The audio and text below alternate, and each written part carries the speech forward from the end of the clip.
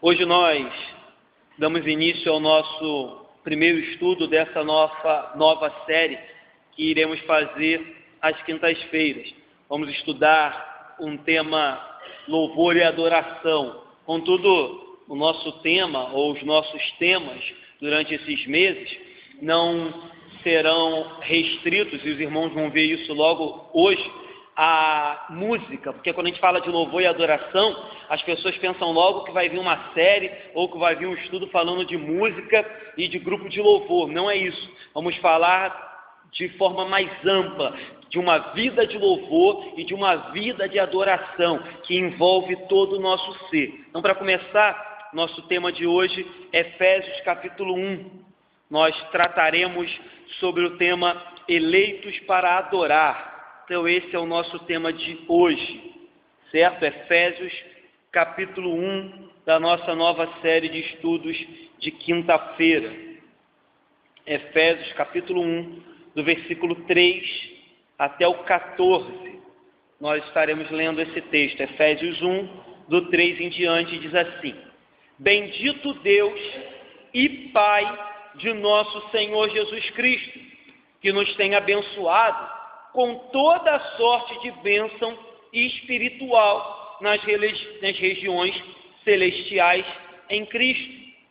Assim como nos escolheu nele, antes da fundação do mundo, para sermos santos e irrepreensíveis perante ele, em amor, nos predestinou para ele, para a adoção de filhos, por meio de Jesus Cristo, segundo o beneplácito de sua vontade, para louvor da glória de sua graça, que ele nos concedeu gratuitamente no amado, no qual temos a redenção pelo seu sangue, a remissão dos pecados, segundo a riqueza da sua graça, que Deus derramou abundantemente sobre nós em toda a sabedoria e prudência, desvendando-nos o mistério da sua vontade, segundo o seu beneplácito, que propusera em Cristo, de fazer convergir nele, na dispensação da plenitude dos tempos,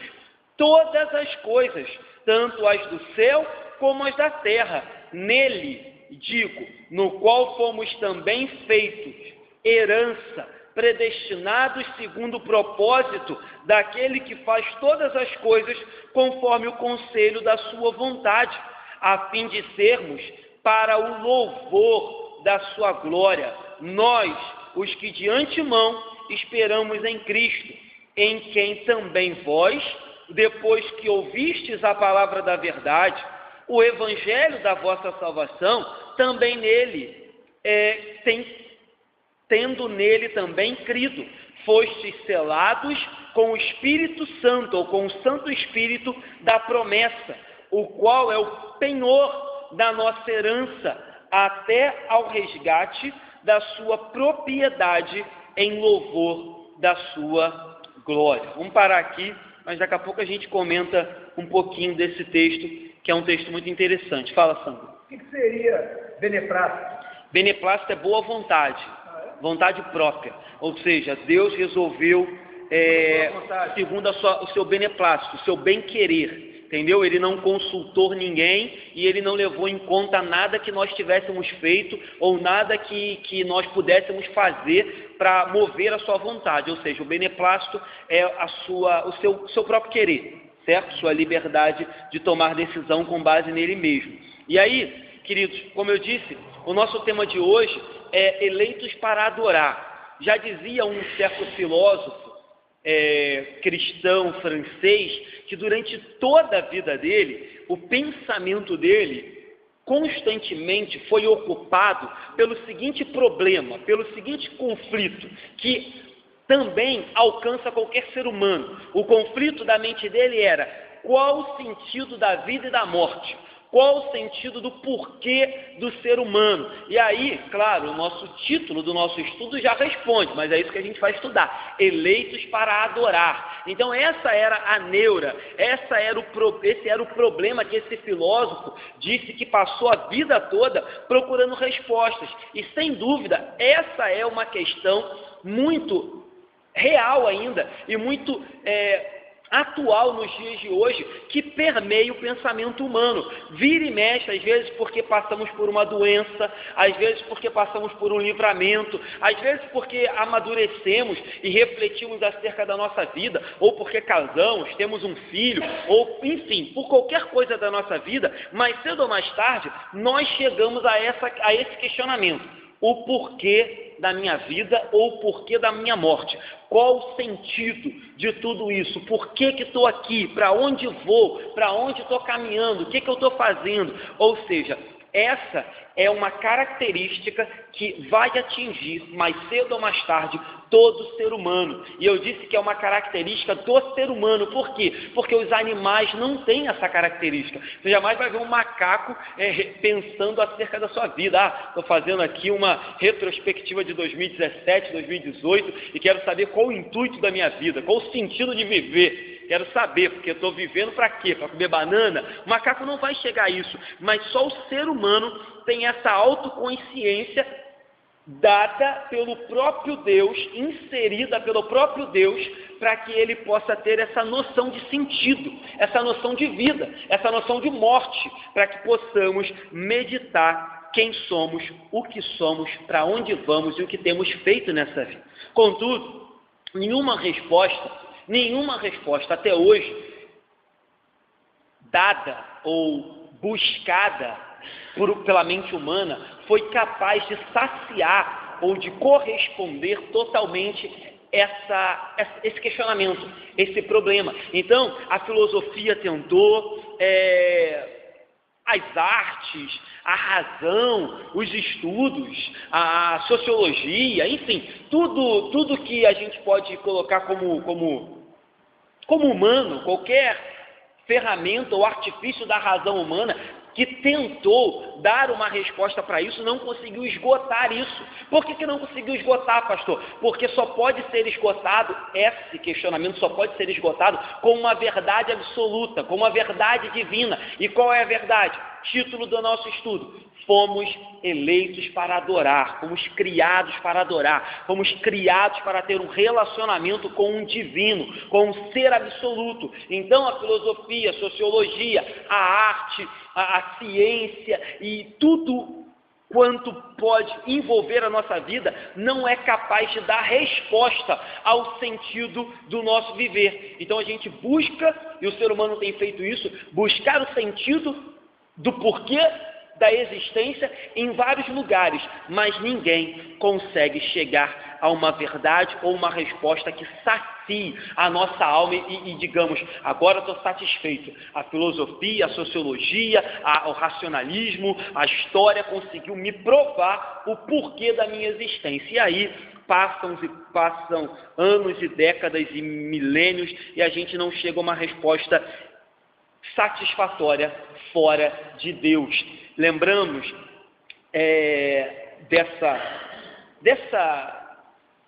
desse questionamento e até mesmo desse encantamento muito quando a gente lê os salmos de Davi. Davi constantemente ele contemplava a natureza e dizia da beleza da criação, mas de repente ele parava e falava assim: quem é o homem, Senhor? Ele comparava a grandeza, a beleza, a magnitude, a vastidão da criação, e ele parava, olhava para o homem e dizia assim: quem é o homem nisso tudo? Quem é o ser humano nisso tudo? Qual é o porquê? Qual é o fundamento do ser humano nessa beleza chamada criação de Deus? Salmo 8, versículo 1 ao 4, é um salmo bem conhecido disso, que Davi vai exaltar a criação e depois ele faz esse questionamento acerca do homem. Salmo 8, Davi diz assim, Salmo de Davi, número 8: ó Senhor, Senhor nosso, quão magnífico em toda a terra é o teu nome, pois expusestes nos céus a tua majestade. Da boca dos pequeninos e crianças de peito suscitaste força, por causa dos teus adversários, para fazeres emudecer o inimigo e o vingador. Quando contemplo os teus céus, obra dos teus dedos, e a lua e as estrelas que estabelecestes, que é o homem, que dele te lembres, e o Filho do Homem que o visites. Então ele diz, quando eu contemplo tanta grandeza, tanta beleza, tanto poder, eu pergunto, quem é o homem nessa criação toda para que o Senhor o visite e lembre dele? O homem não é ninguém, o homem não é nada. Então aonde está o sentido do homem nessa criação maravilhosa? E aí, uma outra frase aqui de um filósofo também, diz que o homem é um enigma, cuja solução só pode ser encontrada ou considerada no seu Criador, no próprio Deus. Então o homem é um enigma que só pode haver solução ou só pode ser encontrado resposta no seu Criador, certo?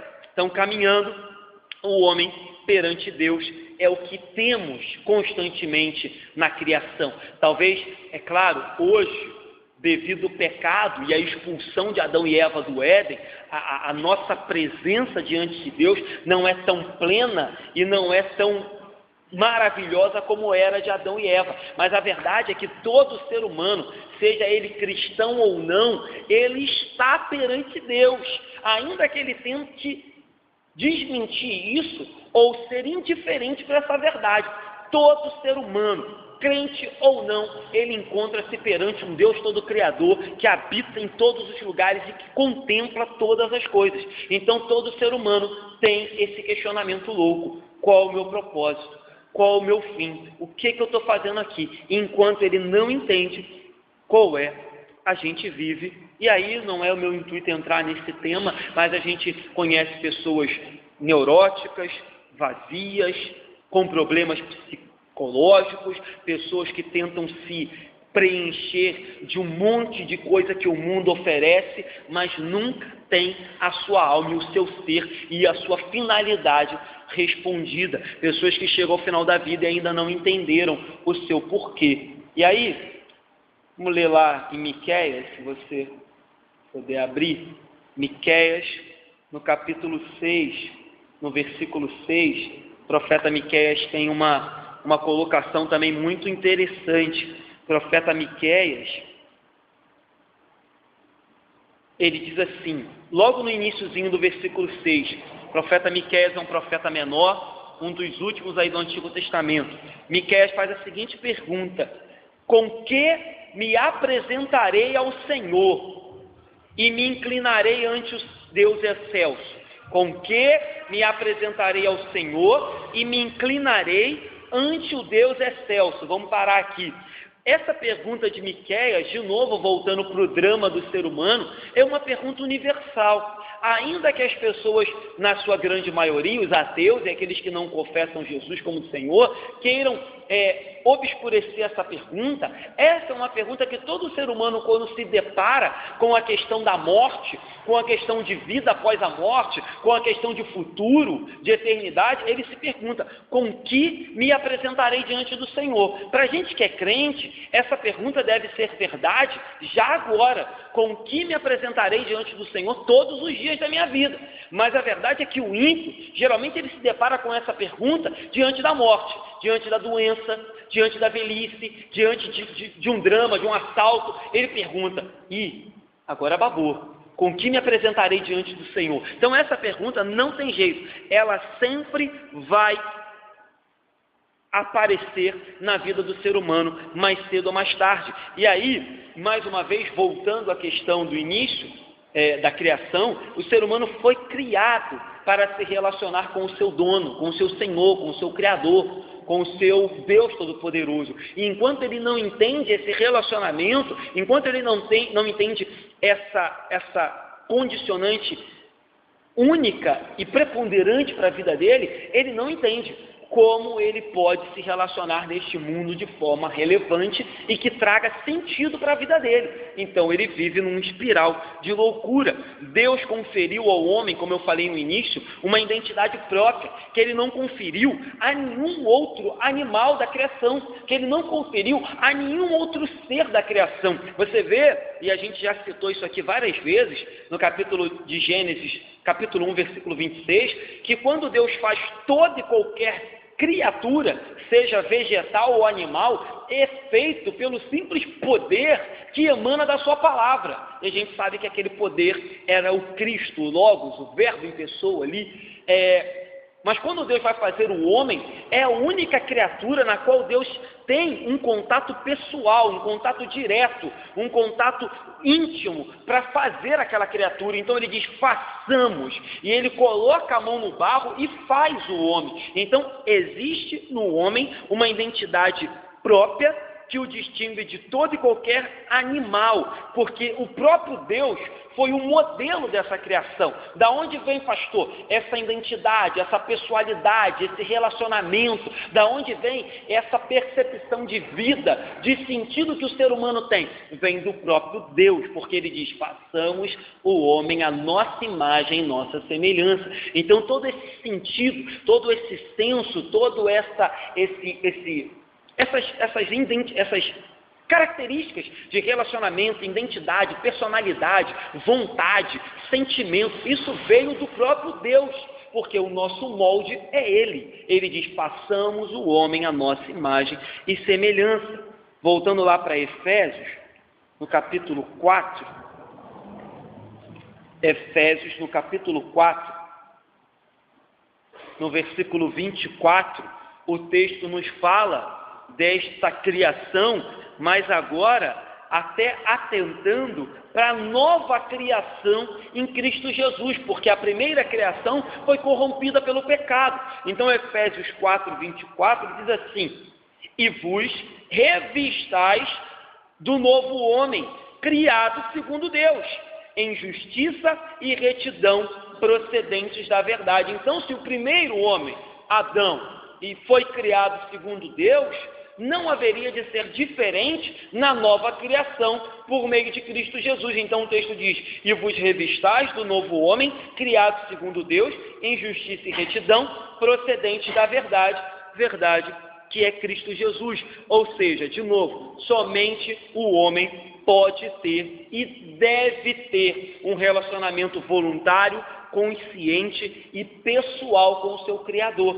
Ainda que os animais glorifiquem a Deus, ainda que a natureza glorifique a Deus, ainda que quando a gente olhe para a beleza de uma baleia, para a beleza de um leão, ou de um animal que nos faz meditar e dizer, tem que haver um Deus todo-poderoso para criar algo tão sobrenatural, algo tão poderoso, algo tão perfeito, algo tão belo como esse animal. Então, ainda que os animais glorifiquem, a natureza glorifique a Deus, o único ser que pode e deve dever, porque fomos criados para isso, se relacionar com Deus de forma pessoal, íntima e consciente, somos nós.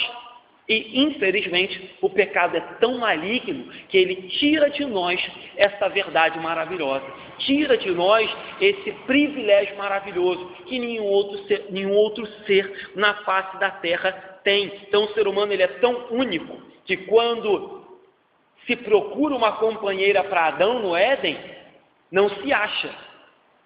Entre todos os animais, entre todo o restante da criação, não é possível haver uma companheira ou achar uma companheira para Adão. E aí é necessário o quê? Uma nova criação à semelhança de Adão. Contudo agora, partindo da costela de Adão, porque o barro ali já tinha sido transformado em fôlego vivente. E aí Deus vai partir direto da costela de Adão. Então, sempre foi propósito de Deus que a criação chamada homem e mulher tivesse relacionamento com Ele. Assim como Deus diz, olha, vocês se unirão e se tornarão uma só carne, vocês se unirão e irão se completar, vocês se unirão e terão um relacionamento íntimo de maneira tal que não saberemos quem é, porque serão um só. Esse deve ser o relacionamento que vocês têm que ter comigo.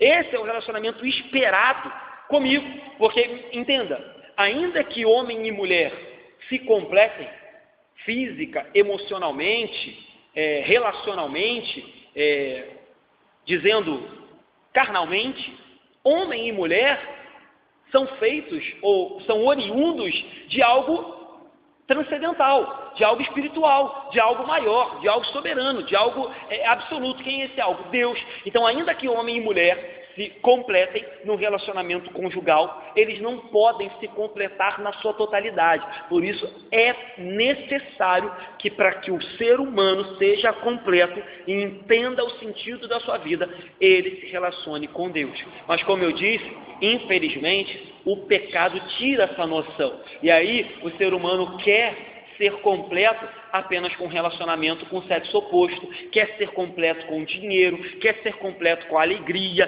quer ser completo com filantropia, com arte, com filosofia, com religião, com consumo. Então o ser humano acha que buscando nessas coisas, ele vai ser completo, mas se engana, porque esse é um problema que o pecado causou na gente. O pecado tirou essa noção de espiritualidade. O pecado tirou-nos essa noção de eternidade.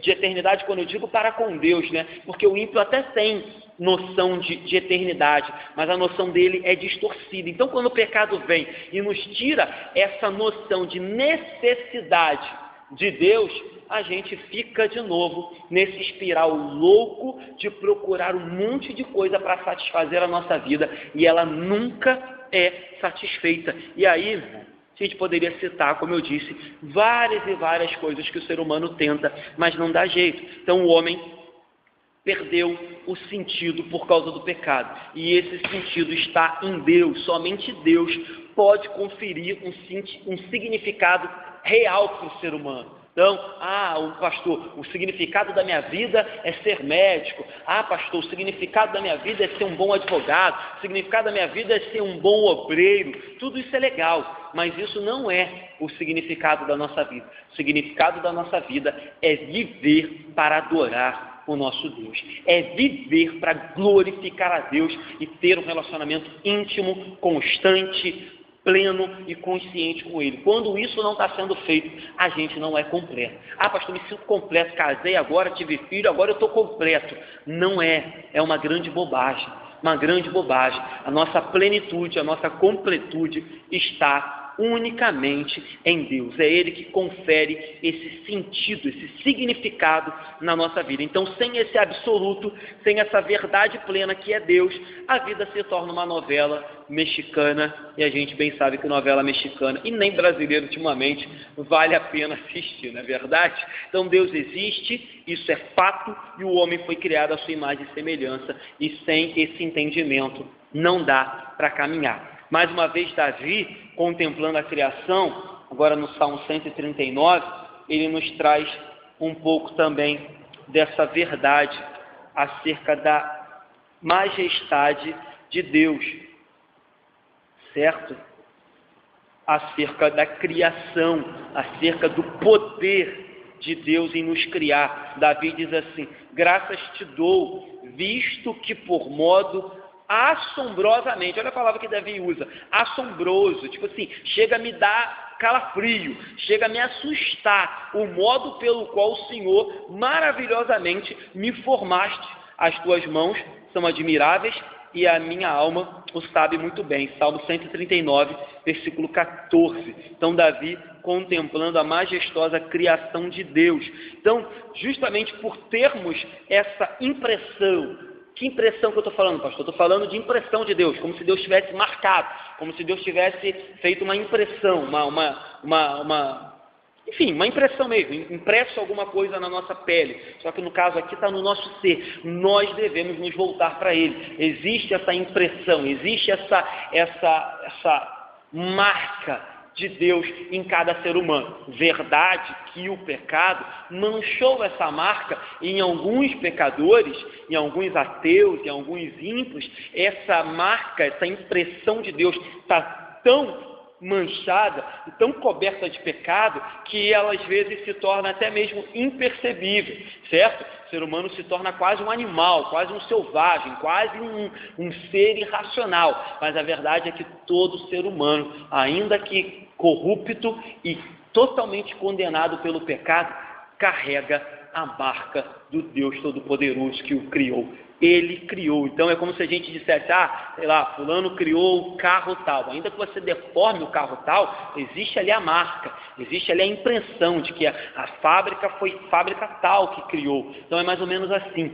Ainda que seja deformado, ainda que seja depenado, ainda que seja amassado para virar, sei lá, reciclagem, todo mundo sabe se for feita uma análise mais detalhada, que aquela peça, aquele bem de consumo, aquela televisão, aquele carro foi feito por uma marca, tem um criador, tem alguém que chancelou ali, é meu, fui eu que fiz, a patente é minha. É mais ou menos assim que a gente vive. E aí, se Ele é o nosso Deus, se temos uma impressão dEle, a nossa fonte de vida só pode vir dEle, certo? Então, é como se, de novo, fazendo esse paralelo, ainda que um paralelo bem fraco, é como se pegássemos um carro que o dono, o fabricante, diz que tem que botar gasolina, a gente tem que botar água. Então, pegar um ser humano, onde o dono diz que a fonte espiritual só pode vir dele, que a vida plena só pode vir dele e querer saciar com outras coisas, é ignorar completamente o manual de fabricação e querer colocar água no carro e querer que ele ande, certo? Então, é impossível ter vida espiritual, vida plena, ter um vazio preenchido, se esse vazio não for preenchido conforme o manual manda. O manual diz que nós devemos nos voltar para Deus plenamente, se queremos ter uma vida abençoada e uma vida que faça sentido. E aí, voltando para o nosso texto de Efésios capítulo 1, Efésios declara que Deus nos tem abençoado, ou seja, tem abençoado o ser humano continuamente por meio de Cristo, que Ele nos tem abençoado desde a fundação do mundo, que Ele nos tem abençoado desde a eternidade. Contudo, o verbo abençoado no original aqui dá sentido de algo que já aconteceu na eternidade. Lembra? Já falei aqui que a Bíblia diz de forma muito mística, muito misteriosa, que a gente não sabe explicar, mas que o Cordeiro de Deus foi imolado na eternidade. Antes de haver mundo, o Cordeiro já tinha sido imolado, o Cordeiro já tinha morrido. Então a gente não sabe explicar essas coisas mesmo. Quando chegar no céu a gente pergunta. Mas o texto dá a entender que a bênção é algo consumado, já aconteceu na eternidade, mas é algo também que continuamente nos alcança por meio da experiência ou da comunhão ou da intimidade com Cristo. Então o que eu estou querendo dizer? A bênção já está consumada na eternidade, todas as bênçãos já foram compradas e conquistadas por Cristo nas regiões celestiais e elas vão sendo aplicadas e dispensadas na vida do crente de acordo com o relacionamento que ele tem para com Deus, de acordo com a intimidade, com a comunhão, com o trato que ele tem para com Deus. Então, fato é, somos abençoados desde a eternidade, porque Cristo comprou e nos conquistou na eternidade, mas essa bênção vai nos acompanhando ao longo da nossa história. Você vê que no versículo 4 e 5, o texto diz: assim como nos escolheu nele, antes da fundação do mundo, para sermos santos e irrepreensíveis perante ele. Em amor nos predestinou para ele, para a adoção de filhos, por meio de Jesus Cristo, segundo o beneplácito da sua vontade. Então o texto aqui está falando de algo que aconteceu na eternidade. Nos escolheu nele, antes da fundação do mundo, para sermos santos e irrepreensíveis, ou seja, algo, uma bênção que aconteceu nas regiões celestiais na eternidade. Nós nem imaginávamos nascer, nem imaginávamos existir, mas essa bênção já tinha acontecido. Mas o texto segue e vai falar que essa bênção, ela se comunica no tempo. Que tempo é essa? Na redenção. O texto segue mais na frente e diz assim, no qual, versículo 7, temos a redenção pelo seu sangue, a remissão dos pecados. Ou seja, aquela bênção comprada, conquistada na eternidade, também ela se fez presente no tempo, quando Jesus morreu e derramou o seu sangue pela nossa redenção, pela nossa remissão. E essa bênção, ela vai até o final das nossas vidas, por que não dizer até a eternidade, quando ele termina dizendo assim no versículo 14, que nós temos agora um penhor, o penhor da nossa salvação. E aí o penhor aqui é como se fosse um penhor mesmo, quando você pega alguma coisa no banco e deixa lá uma joia como penhor, como garantia. E ele diz que a garantia de que essas bênçãos nos acompanharão até a volta de Jesus é o Espírito Santo, que é o nosso selo. Então ele diz, o qual é o penhor da nossa herança até o resgate, ou seja, até a volta de Jesus.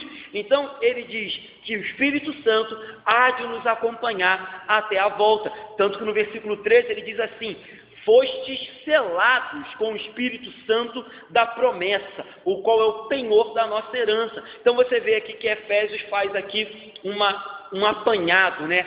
Desde a eternidade, no presente e no futuro, qual é a nossa situação. O Pai nos comprou, nos elegeu e nos nos amou na eternidade, certo? E o Cordeiro foi dado na eternidade. O Filho vem e morre na cruz no tempo determinado. E o Espírito Santo agora vem e começa a selar aqueles que ouvem o Evangelho e se rendem à graça de Deus. Começa a ser o penhor para todo aquele que crê no Evangelho. Então ele é o penhor, nós temos um penhor. Quem é o meu penhor? O meu penhor é o Espírito Santo. E eu tenho um penhor que garante a minha salvação, garante a minha eternidade. Então Efésios faz esse apanhado para mostrar que a todo momento temos uma vida abençoada. E qual a maneira de ter uma vida abençoada?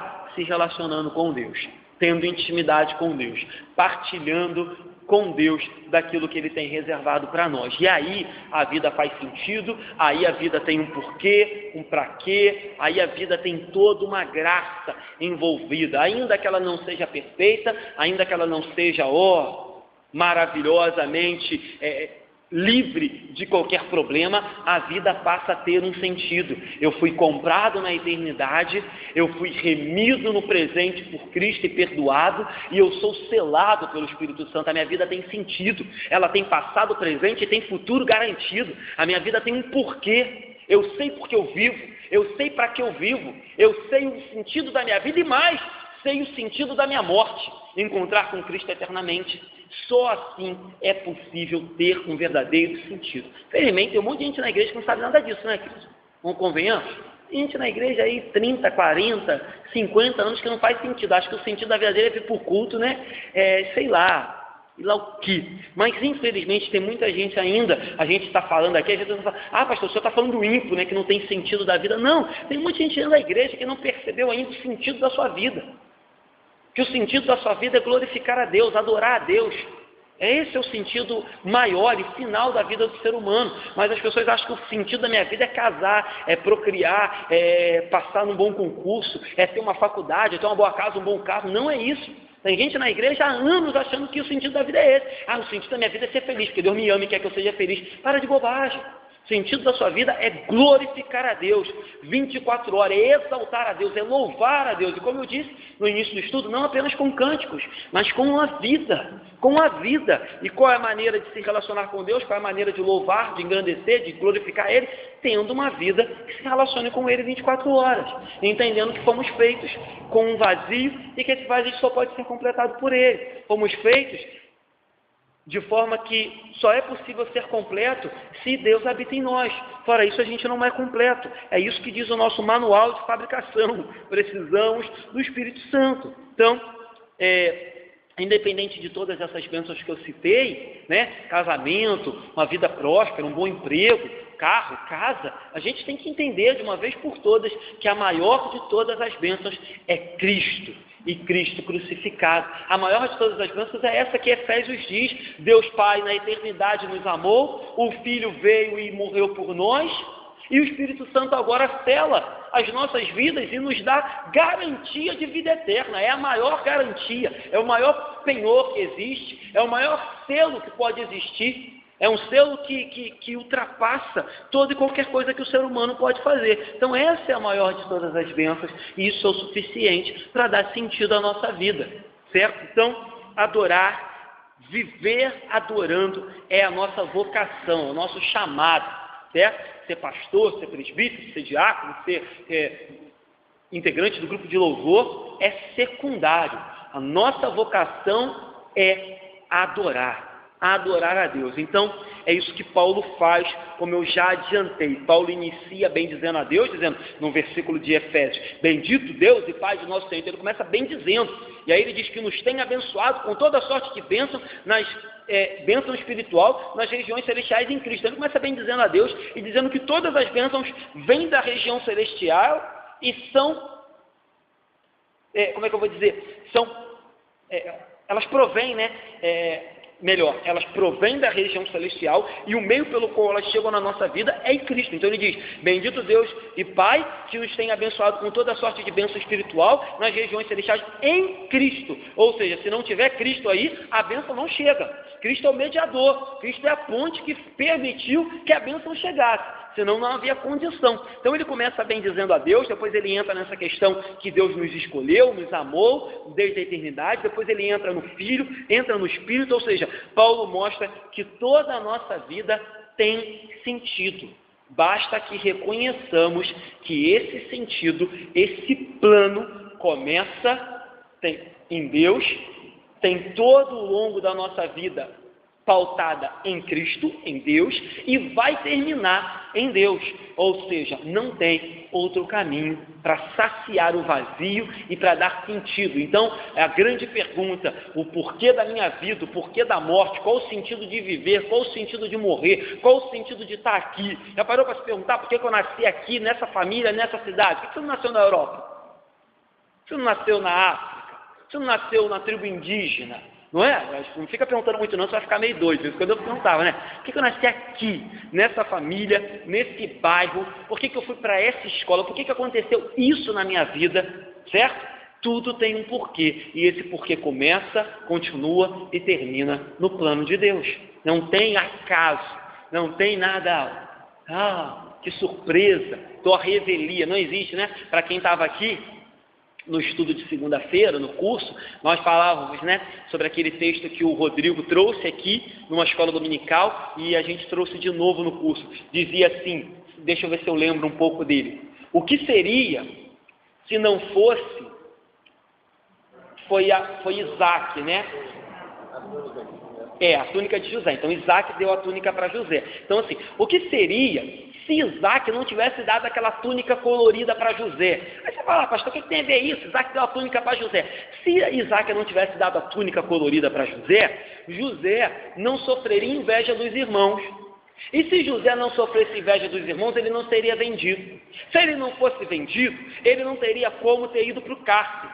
Se ele não fosse para o cárcere, que todo mundo fala que absurdo, olha, José foi para o cárcere, coitado. Mas se ele não estivesse lá, ele não teria interpretado sonho nenhum. Se ele não tivesse interpretado sonho, ele não viraria governador. Se ele não virasse governador, depois ele não poderia salvar os seus irmãos e o povo de Israel, porque estava passando fome. Se o povo de Israel não tivesse ido para o Egito, salvo por José, não teria, tempos depois, o Êxodo. Se não tivesse o Êxodo, não teria Moisés. Se não tivesse Moisés, não teria a lei. Se não tivesse a lei, não teria sacerdote, profeta. Enfim, se não tivesse a túnica, que a gente fala, é uma túnica, não teria Cristo. Então, esse é o sentido. Todo sentido começa, passa e vai terminar em Deus. E a gente fica se perguntando, qual o sentido da minha vida? Ainda não entendi. Isso é uma grande bobagem, que a gente fica tentando entulhar com um monte de coisa. Mas se a gente entender que todo sentido começa, passa, termina em Deus, é glorificar Ele, bendizer a Ele, servi-lo, adorá-lo 24 horas, e tudo que envolve é secundário, a gente vai entender que todas as coisas estão planejadas por um Deus que não perde o controle de nada. Então você vê, né? A túnica. Se não fosse a túnica, queridos, toda a história que vem depois não faz sentido, não aconteceria. Nada aconteceria, nada. Então, voltando para cá, entendemos que o Espírito Santo que hoje, né, habita em nós, é o mesmo que nos abençoa e que nos orienta a viver uma vida de adoração a Deus em todo momento.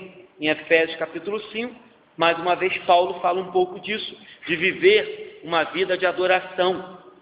Efésios 5,19, Paulo diz assim, que a gente tem que viver, no finalzinho do 18, Paulo diz assim, vamos ler o 18, e não vos embriagueis com vinho, no qual há dissolução, mas enchei-vos do Espírito. Aí olha o que é encher do Espírito, falando entre vós com salmos, entoando e louvando de coração ao Senhor com hinos e cânticos espirituais, dando sempre graças por tudo ao nosso Deus e Pai, em nome do Senhor Jesus Cristo. Isso é ser cheio do Espírito. Então Paulo diz que o Espírito Santo, uma vez a gente se enchendo dele, ele vai nos conduzir a uma vida de louvor, adoração, intimidade, comunhão, graças ao nosso Deus Todo-Poderoso. Então o Senhor, Deus, nosso Criador, deve sempre ser o alvo da nossa vida e de uma sincera adoração, de um coração grato e quebrantado, como Paulo diz aqui, sempre dando graças por tudo ao nosso Deus e Pai, em nome do Senhor. Então, queridos, fomos criados, amados, salvos, eleitos para que o adoremos. Ponto. Não existe outro porquê da nossa vida. Não tem sentido a nossa vida se não começar com essa verdade. Se a nossa vida não começa com essa premissa, Somos criados, salvos, escolhidos, lavados, perdoados, inseridos na igreja para adorar. Todo o restante não faz mais sentido. Então, grave isso. E aí, é importante que a gente entenda, se esse é o nosso sentido, pastor, adorar a Deus, e aí eu disse que isso tem que ser numa vida de adoração, mas trazendo para algo mais específico, o culto é o lugar mais apropriado para que possamos vivenciar e demonstrar isso de forma, entre aspas, plena. Porque plena mesmo só quando a gente chegar no céu. Mas então, o que eu estou dizendo? Se a nossa vida foi feita e é feita com o propósito de adorá-lo, isso envolve 24 horas, tudo que você faz, mas indo para um ponto específico, indo para um momento único, eu digo e afirmo que o culto é o melhor, o maior e o momento mais ideal e específico para que você faça isso. Adore a Deus com toda a tua alma, com todo o teu entendimento, com todo o teu coração. Então, esse é o propósito da igreja, adorar. Já falei muito sobre isso aqui, né? Então, podemos fazer filantropia, podemos ajudar o pobre e o necessitado, podemos abraçar o irmão, podemos fazer festa do ampim, festa da alegria, fazer movimentos, mas o propósito da igreja é adorar, glorificar e exaltar o nome do Deus Todo-Poderoso, porque se a minha vida foi feita com esse propósito, a sua foi feita, quando a gente se une aqui, a única coisa que a gente pode fazer é o quê? Adorar, simples, e numa proporção até melhor, porque ainda que você viva uma vida de adoração, uma vida que glorifica a Deus, uma vida santa, sozinho, você não consegue prestar um culto e você não consegue demonstrar essa glorificação, essa adoração tão perfeita como faz na igreja, como é feito nos momentos de culto. Então a igreja é nada mais, nada menos do que a comunidade, uma família de adoradores. Tudo que vem depois disso, a gente pode fazer, mas é secundário. Então, se a gente só adora e não faz mais nada, a gente é igreja. Mas se a gente faz tudo mais, mas não adora, não entende que o nosso propósito é adorar, exaltar e glorificar a Deus, a gente não é igreja. Tem que tomar cuidado com isso, porque tem muita igreja que faz muita coisa. A igreja tem atividade demais, a igreja é boa em cesta básica, é boa em atividade social, a igreja é boa em jovens, boa com crianças, é boa em tudo, a igreja, boa em tudo. Contudo, quando se reúne, não adora. O nome de Deus não é exaltado. Quando se reúne no culto, os cânticos não são espirituais, a palavra não é bíblica, o nome que é exaltado não é o de Jesus, não é o de Deus, não é o da Santíssima Trindade. Então isso tem que ser tomado com muito cuidado. Está claro que uma coisa não tira a responsabilidade da outra. Então, se somos uma igreja que adora, isso não tira a nossa responsabilidade social e outras coisas mais. Mas a gente não pode inverter as coisas, senão a gente não tem igreja. Então, para concluir, o culto público é, ou talvez seja,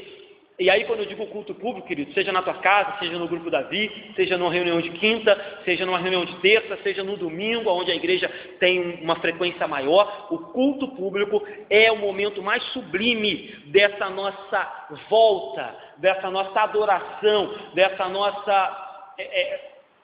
desse nosso momento mesmo, de transpirar, de colocar para fora, de exaltar, de evidenciar que a gente adora a Deus. Que esse é o nosso propósito, é para isso que a gente foi feito. A gente funciona bem fazendo isso. Então, o culto é o momento mais sublime e ideal para isso. Então, aí, é importante que nessa manifestação, né, chamada culto, nós tenhamos uma comunhão exemplar, singular, uma comunhão plena com Deus.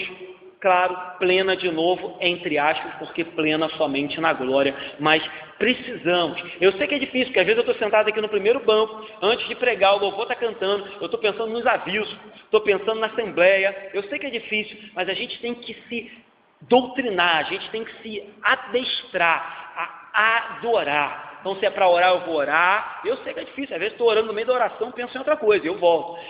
Mas a gente tem que se adestrar, orar, com o coração quebrantado, com sinceridade, não precisa de muita palavra bonita, mas é orar, é louvar, é ouvir a palavra, a gente tem que se doutrinar, a gente tem que se adestrar essa palavra, que o nosso coração, a nossa mente, a gente é muito falho, é fácil, eu sei porque outras vezes estou aqui no louvor, às vezes estou pensando já no que eu vou falar na pregação, na aplicação, no final. Então eu falo, cara, estou invertendo as coisas. Então a gente tem que entender que o momento de culto é um momento pleno e sublime. Por isso a insistência, repito aqui algo que eu tenho falado já algumas vezes, a insistência para que os irmãos se dediquem ao máximo a toda e qualquer reunião que a igreja fizer, se dedique ao máximo, se insira ao máximo, se envolva ao máximo, compareça em todas que você puder, porque é o melhor momento onde você vai poder colocar em funcionamento o teu propósito de viver,